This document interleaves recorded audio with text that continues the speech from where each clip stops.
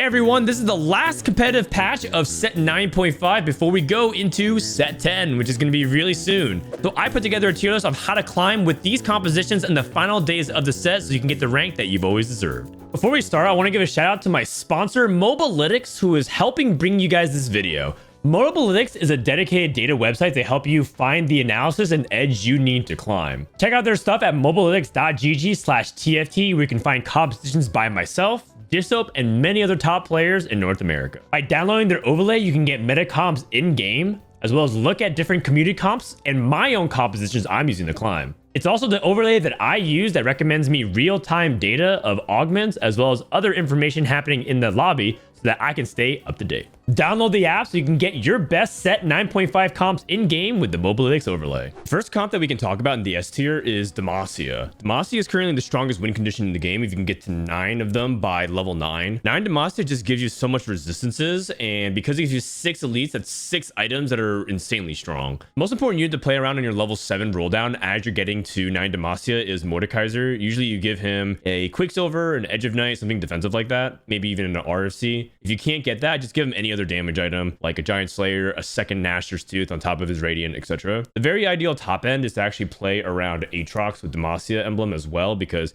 he ties into 4th Slayer. Not to mention that his Radiant item with Bloodthirster is also quite good. The 6 elites that I would choose would be Mordekaiser, Fiora, Jarvan, Sona, Quinn, plus Aatrox. But sometimes it's even correct if you have like an extra Rage Blade or two to have Kayle provide some backup DPS in the back. Positioning is pretty flexible as well. Once you get to 9, you can go ahead and split things up, for example, if you don't want them all band together and be within AoE clump range. Same thing also applies here. Don't feel like you have to get something like 7 Demacia value on Kayle. She's just support. So if you need to like spread out your backline, that's totally okay. So let's say, for example, you want to play around this and you want to leave these 2 units in the corner so that way they aren't going to get targeted by things. That's totally fine. Now, you might be wondering, like, what are some champions to play if you don't hit Mordekaiser? Because if you just roll for Mordekaiser, everyone knows that that could be a pretty bad time. The 2 AP champions I would recommend would be either Kai'Sa or Azir. Kai'Sa's Radiant item is Willbreaker, which can be really good if you give her another AP item of some kinds. Azir is usually the best replacement for Mordekaiser if you can't really find him, because he also gets a Radiant Nashor's Tooth, which is really good DPS. And let's say you end up having, like, you know, RFC for that Mordekaiser as well. You can just play Azir for a while until you hit Mordekaiser. In fact, it's arguable that if you end up hitting Azir 2 and you're stuck on Mord 1, you should just play Azir 2 for a long time until you can hit that Mordekaiser 2. Price is the other forecast you can play around that's very reliable. She ends up being really good complement to Fiora, but it's only temporary, remember, because she doesn't have much mana generation. If you do end up playing around Kai'Sa with Demacia for most of the game, because, you know, let's say Mordekaiser's 4-way contested, you just really can't find him, then you want to make sure she has a mana generation item of some kind, like a Shojin or Adaptive, because she's not going to be able to cast very often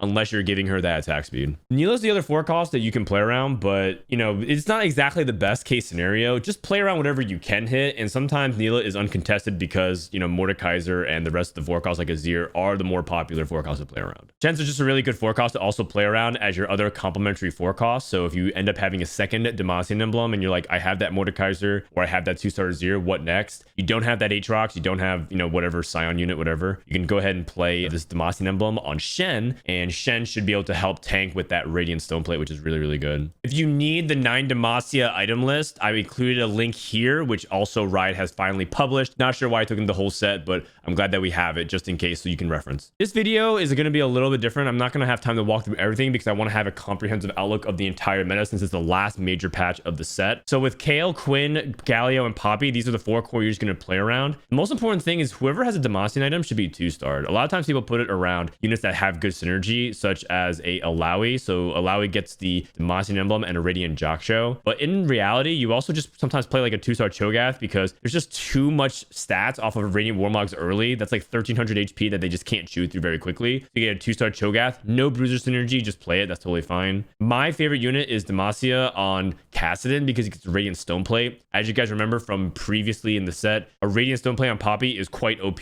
Same concept on Kassadin. Just play it on him. Even if he's 1-star, is going to be taking forever. The other comp that I think is an S tier that's performing really well statistically is Ionia Ashe. I think this is actually a really underplayed reroll, even going back to last patch. Everyone was talking about multicasters and +1 to hit their insane verticals, but the Ionia emblem on Ashe really unlocks a ton of her power, primarily because of how fast it can stabilize you on Ashe 2-star. You can actually be really competitive with this board on 8 without a lot of these synergies. Like, you don't need the Sejuani, for example, and you could just get to 7 and have a stable Ashe 2, which gives you the option of either playing around Ionia Nilah or any other legendary you hit, or you could just lean into Ashe and Set reroll in particular and stay on 6. Very, very powerful. And you want to itemize Set with defensive items like Bramble Decall +1. It could be like a Warmog, it could be a Vow, it could be a bunch of different things. And then Ashe would take Last Whisper and Giant Slayer. If you do end up playing around things like the Freljord, you still do want a Last Whisper, but it could be less important. So you could, for example, put Last Whisper on Xayah, and then you could put instead like a Death Blade onto Ashe instead. If you want to just replace this Last Whisper, you could just get full damage on Ashe. Last Whisper could go on here. And there's also another really interesting thing that's been happening, which is the Morello on Xayah as well, because it's just really good to have that AoE spread. Ever since Morello now activates on any ability, period, it doesn't have to be magic anymore. It'll end up burning a lot of opponents, and Xayah's Feather will sweep over. So it's actually kind of funny because in a way, these two units are swapping items, basically, depending on who you carry. If the roles were reversed, you end up putting things like Giant Slayer, Deathblade, Gunblade, Guard Breaker, whatever on Xayah, and then you have Ashe hold utility items like Last Whisper, Morello. But if you end up carrying Ashe, you actually want her to have all the AD items, and then you give them utility items to Xayah instead. So there's flexibility with how you end up playing with it. I call it Ionia Ashe, but I think it's actually really, really important to recognize that Ionia is also a deep vertical that got buffed. If you do end up getting Ionia, make sure you hold on to things like that Irelia, and you find this Ahri, and then you play around any legendary like Azir or even a Heimerdinger. Just give them the Ionia emblem and give them an insane amount of attack speed and just watch them go to town. Bel'Veth is also a pretty good Ionia user emblem as well, so 9 Ionia is very, very good, and just make sure you give them the proper items that make sense. By the way, if you do end up going Ionia on Heimerdinger, I actually think this is one of the spots where Refractor Beam is actually not terrible at all. I don't actually know if you're supposed to go for full Refractor Beam, but feel free to include it on top of the usual stuff and see how it works for you. My third priority says you go for 6/6. 6 is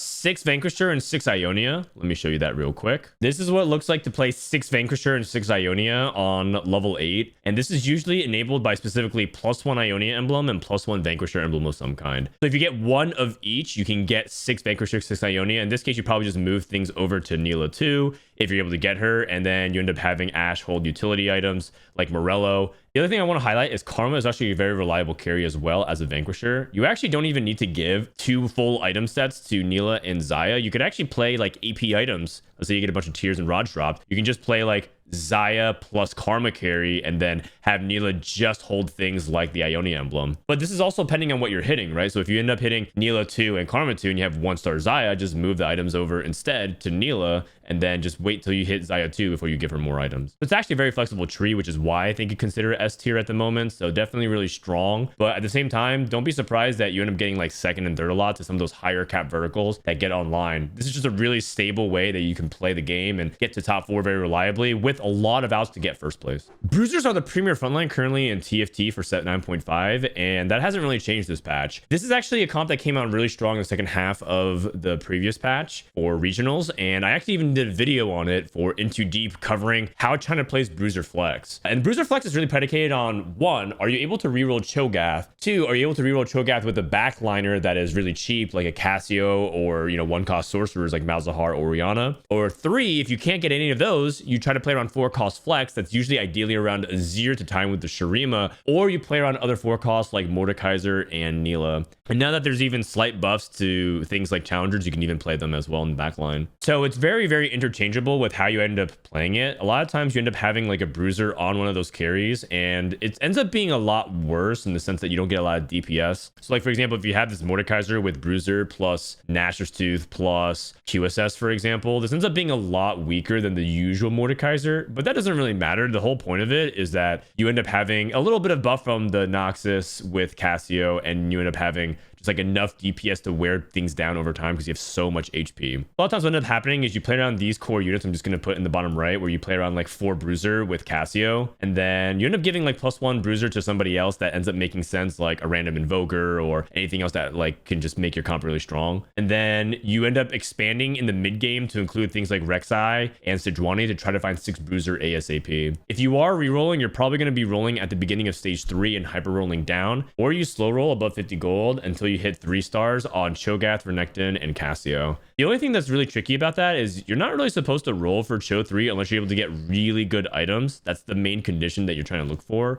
So I wouldn't even try to pursue like 3-star Cho'Gath in this composition unless I start off with like defensive components, or if for some reason that you're able to guarantee those items, like you're playing Aaron Mount, the portal that gives you 3 anvils to pick your first components. In terms of the top end, before you get to Scion, most likely you're going to be playing like around whatever bruise you can hit with your +1. But a lot of times you can also just play a good legendary. Like if you hit a Heimerdinger, that's also just really good. Gangplank is also a good legendary to splash right now. And you can always just play in like any kind of Rise that makes sense because it ties in with something like Cassiopeia. But make sure that you have DPS. A lot of times people think that you have 6 Bruiser, you should be winning. But in reality, if you're playing like 6 Bruiser and you have like 1-star Cassiopeia, 1-star Azir or something for your backline, you're probably not going to actually kill that much. You might end up preserving some HP, but you're probably going to lose a lot of fights in stage 4. There's even more forecasts I didn't mention. I talked about how you can play like Fiora Kai'Sa, for example, as a possible way to tie in the Void plus the challengers. You can even go around and play Silco and, you know, let's say Ari with Azir, tie that in. There's a lot of different packages with Bruiser Flex, very open-ended. Just make sure you try to play as strong as board as possible, fundamental TFT, and get to those legendaries. The last of the S tier is Piltover Gunners. Usually this is prompted off of either a +1 Gunner or a Piltover. Piltover is the strongest, which is why I'm featuring this version and what honestly puts it in S tier. If you actually only find +1 Gunner and like no early Piltover, it's actually an A tier comp. So it's probably more appropriate to actually label this as S/A because it kind of depends on your start. Piltover is pretty straightforward. Just go for the loss streak, and with so many people playing like Earth right now currently in the meta game, chances are there's people not really lose streaking unless they're trying to open for it for something else in particular, which is very rare now that Multicasters is nerfed. So you can actually secure loss streak a lot more easily. These days when you're playing around reroll, you're still going around Jinx and Jace as your gunners that you're trying to play around. The item situation is quite interchangeable, which is why I put like a bunch of different example builds. Giant Slayer is really good because if there's a lot of people playing like verticals that are really high in HP, like Noxus and Bruisers, you just wanted to take down those targets very quickly. So I'd recommend Giant Slayer almost always on top of the usual stuff. Last Whisper is even more important though. Without armor reduction, you're going to struggle a lot. So if you don't have that Heimerdinger, you want armor reduction of some kind like Last Whisper. If you do end up needing to play Even Shroud, you could play that on your Bruisers like Bai and Sejuani, but I don't think it's actually very good because what ends up happening a lot of times is that these frontliners are actually quite fragile. They're almost kind of like the same thing as what we expected Galio and Jarvan to do for like Multicasters, for example, or other comps, where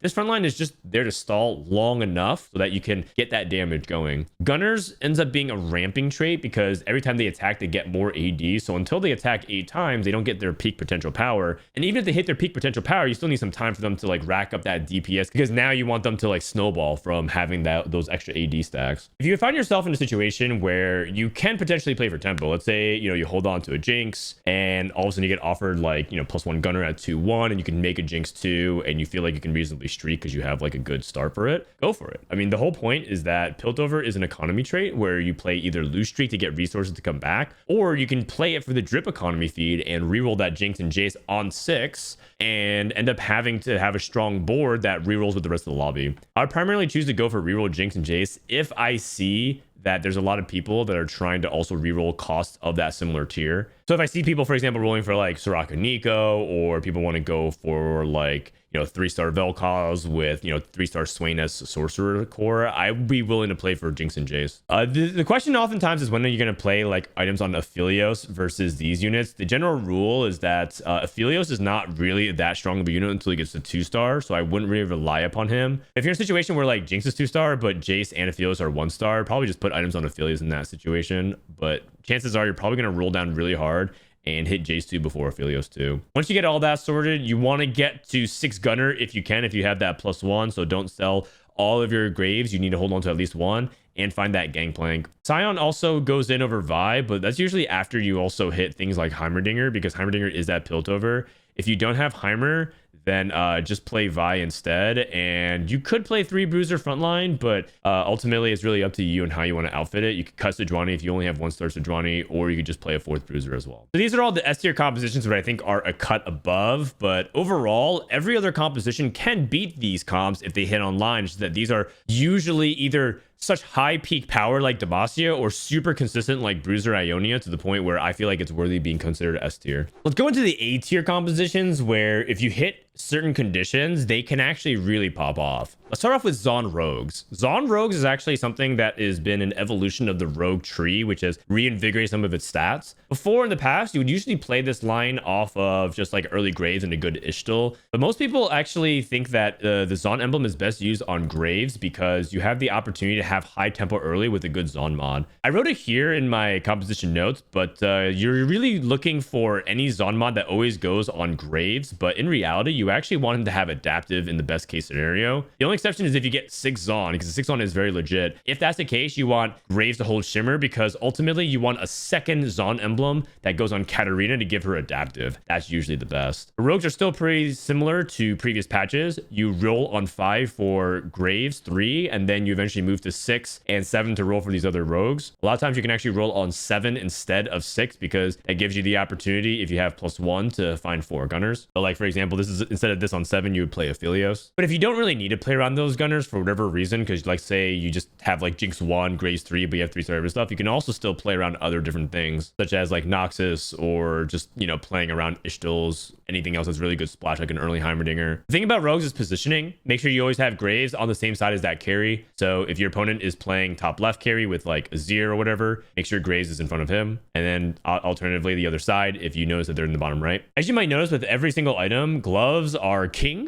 within this tree. Any kind of glove item is fantastic for the most part. Last Whisper goes on Jinx. Night Harvester is just the best item on any rogue, period, for raw damage. Hodge is really, really good for healing. I mean, you could also put Guard Breaker if you really want. Eye is not that good, but you can put it on Jinx if you really want. Jewel Gauntlet is fantastic on Echo and Katarina, and you can even put Thieves Gloves on these units because they end up being really, really good. Idealism and Lucky Gloves, as a result, are really strong in this composition if you're able to get multiple Thieves Gloves. The early game is pretty steady. You're usually playing around Graves plus Echo and Jinx, ideally, but a lot of times you're going to play around Kiana. You don't end up win-streaking a lot, so I wouldn't recommend pushing levels or anything like that. Just stay low level and try to kill whatever you can and focus on economy for the most part. And if you do end up having an opportunity to play around Gangplank, he is very, very good. Just try to get, you know, blue buff or anything else mana wise, so you can get that early boat and make your rogue CC. If you do end up playing around Ishtal, let's say instead of Jace and Gangplank, you play around, you know, Milio and Neeko instead. A little bit on the rarer side, but the only instances I would try to go for this is if you have like early wood or ice. Wood is really good to grow the Graves HP, and then ice is really good for the survivability of the rogues. Next on the A tier list, we have challengers. Challengers are back, and they're heavily tempo dependent. Really depends on whether or not you're able to open up with a core 4 of 4 challengers and preserve that HP. Once again, challengers are not really good at winning lobbies unless you're able to super high roll and get things like Challenger Aatrox or Challenger Bel'Veth, Challenger Heimerdinger, because they scale off of attack speed so well. The big thing that's changed this patch is that 6 challengers is quite solid because they buff the vertical. So once more, you're playing Earth, popping things like Tome and getting things like the Challenger emblem. And the itemization pretty much stays the same for Fiora. You want Bloodthirster and Titans. Give her that Radiant item and sandwich her between things like Jarvan and Aatrox, for example. Remember that whoever unit dies next to Aatrox ends up getting that Darkened buff, so you try to give it to Fiora if possible, because that Omnivamp is really crucial now that they changed it to no longer be untargetable, and instead now she just does damage reduction when she's casting. Kai'Sa's best item is Shojin plus Death Cap. Third item is Morello, but that's only because if you need anti-heal, you put Morello onto Kai'Sa, plus Morello is a really good slam currently in the metagame. But you could also just put like Guard Breaker, Giant Slayer, anything else as a third item, and if you have like Sunfire and Jarvan, that's totally fine. Don't forget that you end up being auto attack composition a lot, so Last Whisper ends up being really good for this comp because you end up wanting to do a lot of physical damage, and the most important thing for challengers is to reset, meaning that you get the takedown and then you increase your attack speed bonus by 50%. So that 95 gets an additional 50% attack speed bonus on top once you're killing your first target. You usually want a position to try to kill the weakest unit first. So if their opponent's playing like, you know, a weak Aatrox 1, try to target that. Or if they have like a super tank, move to the other side. These 4 core units are still what you end up playing a lot in the early game, like an Ionia, Jhin, Set, and then you can give him that challenger emblem if you really want to Jhin. A lot of times in these kinds of spots, you either play around like Samira 2 with these challengers here, you go for Ashe instead, and then at 6, you can pretty much just add anything you really want to this core set, and then you'll end up being really strong. The other unit that I think is really useful to have challenger emblem that I'm not entirely sure yet because I haven't seen people test it out is challenger on Gangplank. If you can cast multiple times in a fight, ends up being fight swinging in times, so give it a try if you haven't already. We're exploring more verticals, and all of them pretty much follow the same exact rules of get that +1, roll on 7, and try to add a legendary at 8 and go to 9 to eventually be strong enough for your win condition. We're going into Shurima here. Azir Shurima is still very, very good, and if you get to 9 Shurima, that is a legit win condition. A lot of times, if you only get 1 Shurima, you're going to play 6 Shurima only and flex around like whatever 4 cost you can hit. A lot of times it's Jarvan because he's a strategist that ties in with this Azir, but you can also play around like Sejuani, for example, and she ends up becoming very difficult to kill with that Shurima scaling that max HP, and she just casts over and over, and your team composition ends up being super strong and sustaining past a lot of burst. But in the ideal scenario, you're able to get Jarvan and Aatrox with these Shurima emblems, and then you go to 9 and just play 9 Shurima. The big difference between this Azir versus other Azirs that we're going to talk about is that he actually wants scaling AP. Shurima gives you maximum HP and attack speed, so you actually care a lot about things like having that AP because you don't get a lot of it through strategists, or for example, give him a Noxus emblem to give him a lot of base AP. That's why Archangels ends up being really good. Not to mention that Shurima also is an ascending comp, meaning that you scale the longer the fight goes, and that ends up lining up really, really well with Archangels. I've even seen people go doubly into it, so instead of like Shiv, let's say they have another form of Shred, they go Rage Blade on Azir. This also could potentially be very, very good in hyper carry. And then I want to give a shout out to Zhonya's. Zhonya's is still a very, very good item that you can play on Azir if you do end up having it. Shurima is not terribly complicated. It's actually quite a straightforward comp to play. The only thing that tricks people is whether or not they should go for it based off their opener. And I would say that their opener heavily depends on having a Renekton 2 or a Cassio 2. If you have either of them, preferably a Renekton 2, surprisingly, you can actually play for it because you get 4 Shurima early if you get it early in a Fury or a Talia and play around like a secondary Bruiser. So if you end up getting like, you know, Cho 2 and Renekton 2, definitely try to go for that +1 Shurima, put that Shurima emblem onto this and stack the Renekton, so that way it ends up being really, really strong. A good portal, for example, to actually lean into 9 Shurima with the spat is to go for Bandle Cafeteria, because then you'll be stacking that Renekton. If you do end up stacking that Renekton, keep in mind that he's going to be hard to sell because you're giving him all that HP from the very early game, and you're not going to be able to sell him later on unless you have an item remover. In that case, I'd probably give another set of unit those items, but have ultimately Renekton keep getting that buff. On your level 7 roll down for Shurima, I want to give a couple shout outs to units that you might roll for in case you're not hitting like Jarvan and, you know, obviously Aatrox. So the first we talked about was Sejuani, because Sejuani is a bruiser. It ties in with Renekton. Give her that Shurima emblem. It can be very, very good. The other unit that I think can actually do really well is Fiora. You have a challenger from the Fury, especially if you position around it in some way. You can have Fiora actually hop off with the Shurima emblem if you give her BT Titans as well. And she ends up getting the stats that she wants, which is attack speed and that HP with that damage reduction. So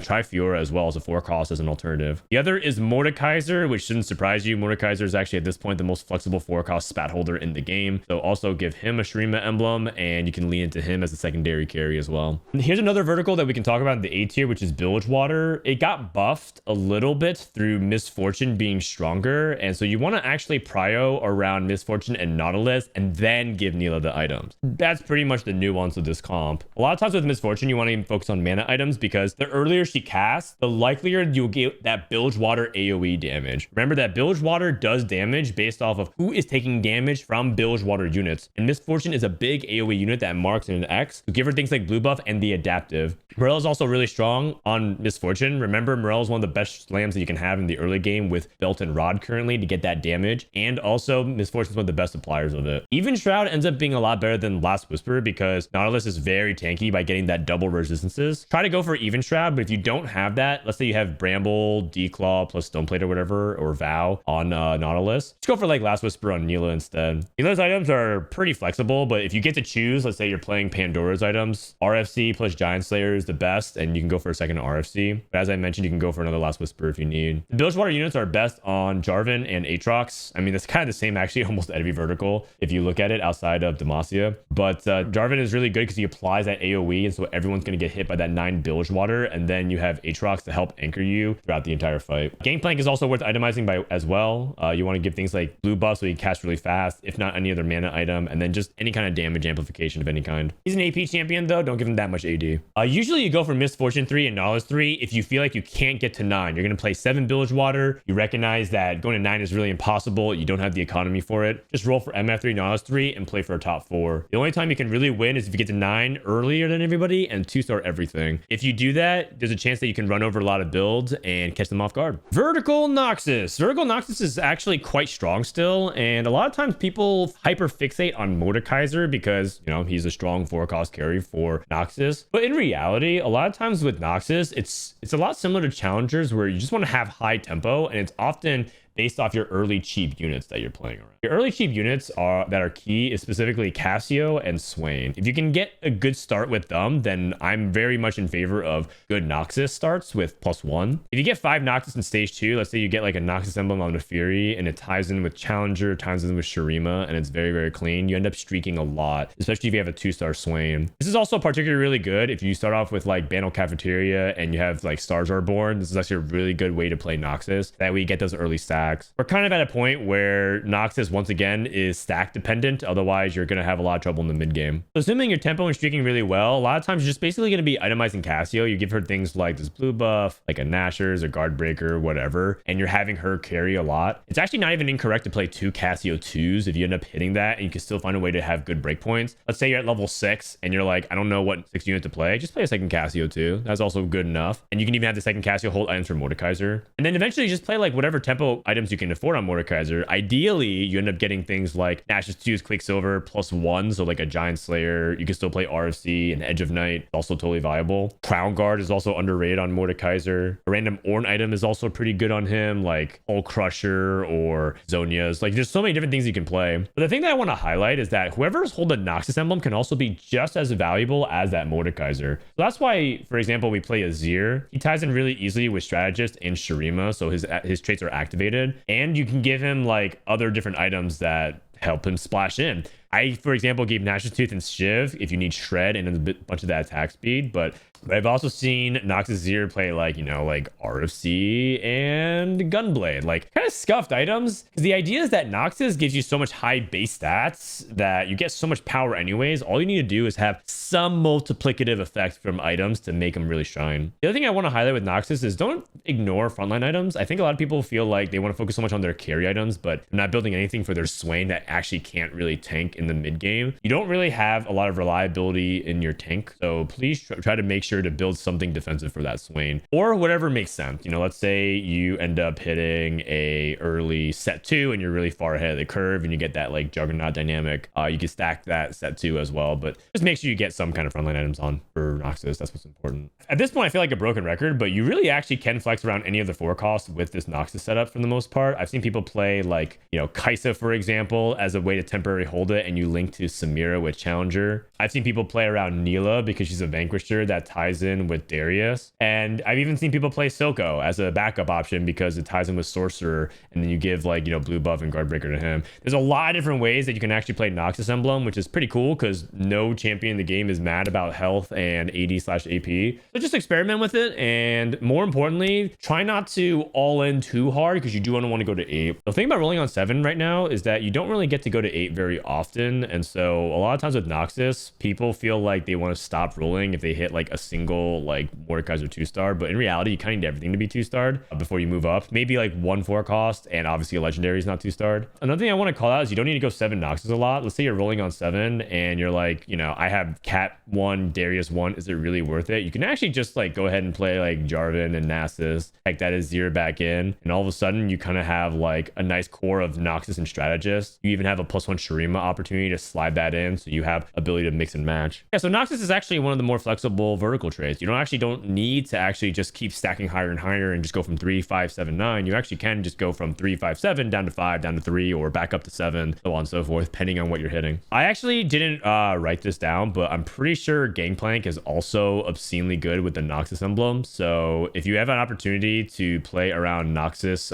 Gangplank as well, he is very, very strong because his boat true damage is actually able to just straight up nuke boards. And that CC Muty, obviously, you know, with the attack speed is really good for things like Mordekaiser and the Azir. The last major vertical we're going to talk about is Sorcerers. Sorcerers experienced a little bit of transformation on the last patch when they realized that Taric with Stoneplate Gargoyle was really, really good. They now have since nerfed Stoneplate, so it's not nearly as effective, but Stoneplate on Taric can still be very, very effective if you're able to get ahead enough in curve. And you can still do double Stoneplate with QSS, but personally, I'm just writing up some items that you can also consider playing because you ultimately still want things like Spark. You're playing around Silco. Silco tends to want to be in the middle, but if you position him like this, he ends up getting smashed by Jarvan a lot. Just be careful about that. Thankfully, because multicasters are a lot worse, you should be able to chase 3-star Vel'Koz as a potential win condition as well to be a secondary carry on top of your Silco. Ultimately, though, you still want to play around Ahri, and the new thing that people are trying to do more often is play around the Ionia core. You end up playing Shen and Karma for the Invoker. That Bastion links to the Taric, and then you have that extra mana generation for Ahri. For this comp, there's actually 2 different rolling intervals. One is if you want to roll on 3-2 because there's a lot of cheap sorcerers. You have Malzahar and Orianna on top of the units here that we have, so you could roll for like these set of units. Actually, in this case, if you're rolling on level 6, you're pretty much rolling for these 5 early game plus a Void like Kassadin, and then you're trying to stabilize. On 7, you roll for things like Shen and the Silco, and on 8 is when you add in Karma and Ahri. Just remember that Karma and these Ionia things is just like a luxury add. You don't actually have to add it. If you get a +1 sorcerer again, you can actually just straight up cut this Karma, play say like the Malzahar back in, for example, and then go for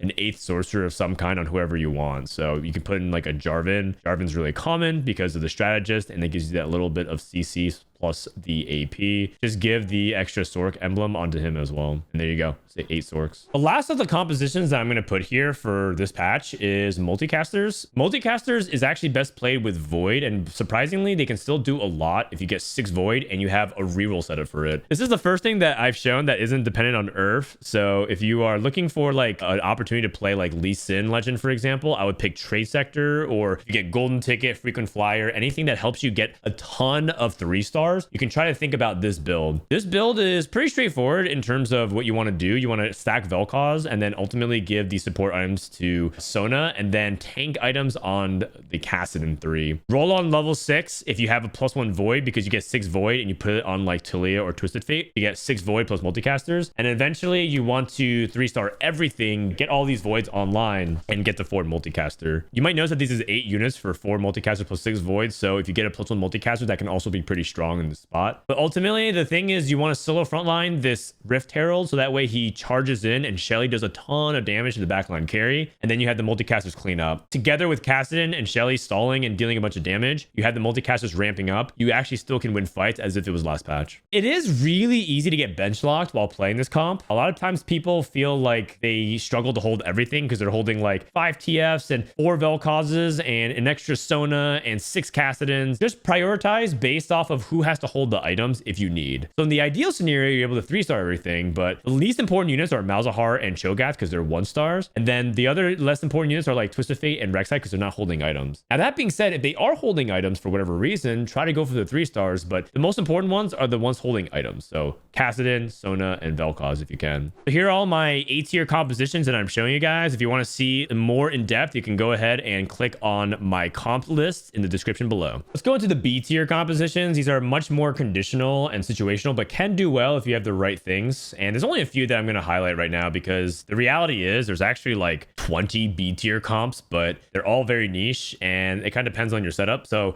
you know, B-tier could anything be like Double Trouble or Build Different or having a hero augment, and they all pretty much depend on the same thing, which is hitting that augment. And if we were to do the entire length of it, it would probably be like an hour-long extra video on all the B-tier comps. So I'm just going to show you the ones that I think are a little bit better than others and more consistent. The first is Freljord, Bilgewater, Nilah. This has moved down because a lot of people aren't going to be playing a lot of Twisted Fate, but if you do end up opening with Pandora's, it's still the same core concept where you have double RFC and Giant Slayer on Nilah. This is actually almost non-negotiable to the point where if you have like 1 RFC, 1 Giant Slayer, and like a Deathblade, it's like much worse than having 2 RFCs. So try to do your best to get the exact same items. If you don't, then you're probably going to have compensation power elsewhere. The second big thing is stacking Sejuani of some kind. Her best items last patch were Warmog's Vow and Crown Guard, but I'm pretty sure people still want to actually go for things like Stoneplate on her now, so this could also potentially be Biss. The big changes this patch is now that Misfortune is better, you actually have a much stronger mid game they can play around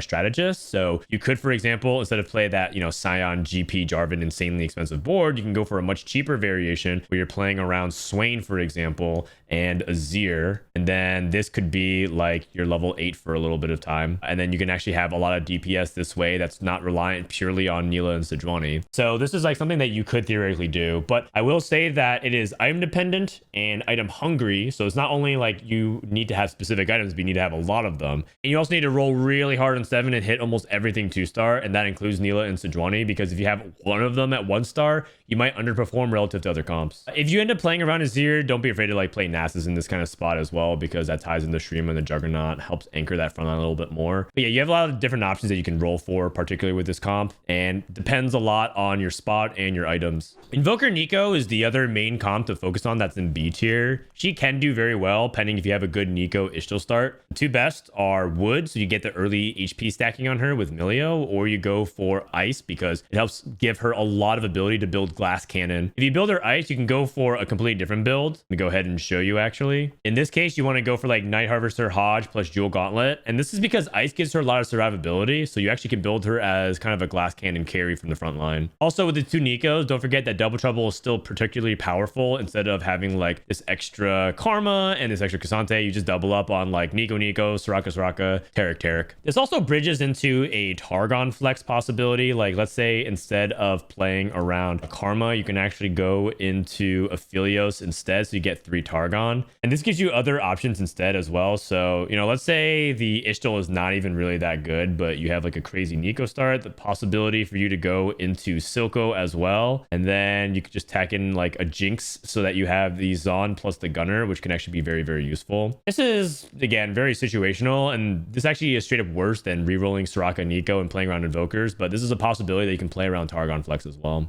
If you do want to play around vertical invokers, usually you put an invoker emblem onto Neeko and you tech in like this and you go for 6 invokers instead. I really don't like this variation of the build, to be quite honest, because I feel like 6 invoker only gives you additional mana versus you can get so much more power elsewhere and make sure that your invokers can actually deal damage. 8 invokers, however, might actually be a real thing. I've only played it exactly once since this set has launched and I got like a third with it. But if you really want to push the limit of it, I would put it in a B- C+ tier, and I would say that just be happy if you somehow squeeze into 4th. The last of the B tier comps we're going to cover is a little bit something similar to the previous video, which is Reroll Kayle. Kayle is usually played under 2 ways, vertical Bastion, vertical Demacia. I personally think that Bastion is much more consistent this patch because you're trying to play it from a tempo position so you can land into the top 4 more than winning. That's because you're going to reroll around Alawi and position Alawi same side as Kayle, so that way whatever damage that Alawi is doing with Kayle on the same target ends up healing Alawi. The first priority for Kayle is getting 2 Rage Blades. Nothing else really matters. You can actually justify any other combination of defensive items for your front line, like a Redemption, a Stoneplate, a Crown Guard, a Vow, whatever. Just get those 2 Rage Blades on Kayle from your first 4 item picks. And I wouldn't really even play this unless I have half of a Rage Blade component minimum, and usually it's Bow. Slow roll on 5 and try to see if you can hit that Kayle 3 plus that Alawi 3. Chances are you're actually going to win a lot of fights if you get 4 Bastion plus Kayle with double Rage Blade, because there are some weaker boards in that. And the other Demacia you want to play is this Quinn, so you can get that +1 Slayer. If you do end up playing the Demacia version, you end up actually cutting a lot of these Bastions instead, and you just go straight up for all of Demacias. You go for early Poppy, Galio, and you actually go for Fiora and Jarvan. The 7 Demacia version looks like this. The only thing is that Jarvan right now is the hardest unit to find in the game, period, at tier 4, because he's splashed into everything. When I say everything, I mean go back and look at this video. Look at any composition that isn't including Jarvan. If you do manage to find a couple of compositions without Jarvan, you could probably play Jarvan in that comp. And so if you're dependent on finding Jarvan to make your comp succeed, I just feel like that's super inconsistent. That's why I recommend the Bastion version over Demacia. But if you do, the items are pretty pretty straightforward as well. The only big change is that you can put Sona in the middle right now, and you want to give her actually that radiant item, and then you give the other radiant items to probably a Jarvan plus either Fiora and Quinn. But Kayle is still the best one cost reroll that isn't the Cho'Gath Bruiser stuff or like a random Gen 3 in some of those Ionia Vanquishers. So there you have it, all my compositions that I think are worthy of putting on a tier list for the last competitive patch of all this entire set. I've had a lot of fun putting together videos for you guys for set 9 and 9.5, but set 10 is pretty soon and very closely upon us. Thanks for watching. Make sure to like and subscribe, and I'll see you guys in set 10.